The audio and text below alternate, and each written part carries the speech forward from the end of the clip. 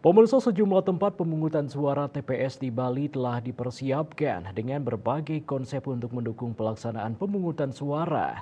Seperti di TPS 08 Banjar Kertasari, Denpasar Selatan, mempunyai keunikan yakni seluruh petugas di TPS merupakan Gen Z yang semuanya perempuan.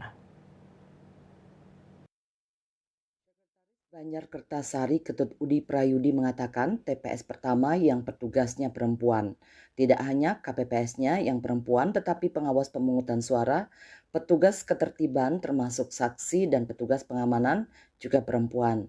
Generasi Z yang bertugas di TPS 08 merupakan anak-anak pelajar dan mahasiswi.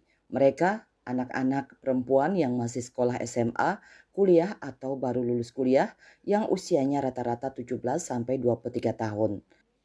Ya, ini TPS 08 Banjar Kertasari Banjar memang kita sengaja rancang dan inisiasi untuk TPS perempuan Gen Z. Jadinya seluruh penyelenggara di sini termasuk pendukung penyelenggara jadinya KPPS seluruhnya Gen Z perempuan. Saksinya Gen Z perempuan, pengawas TPS-nya Gen Z perempuan.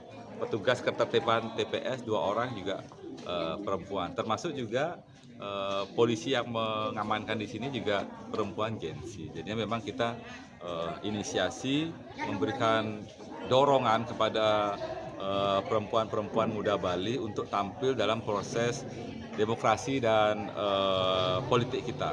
Di sini KPPS-nya ada 7 orang, terus saksinya ada 4 orang untuk gubernur dan wali kota, pengawasnya TPS-nya 1 orang, termasuk juga petugas ketertiban TPS-nya 2 orang, termasuk juga dari kepolisian, polwannya, Gen Z juga 2 orang. Ya, kurang lebih 20 orang lah yang terlibat. Dari umur berapa sampai berapa? Khusus di sini 17 sampai 23 tahun, Gen Z.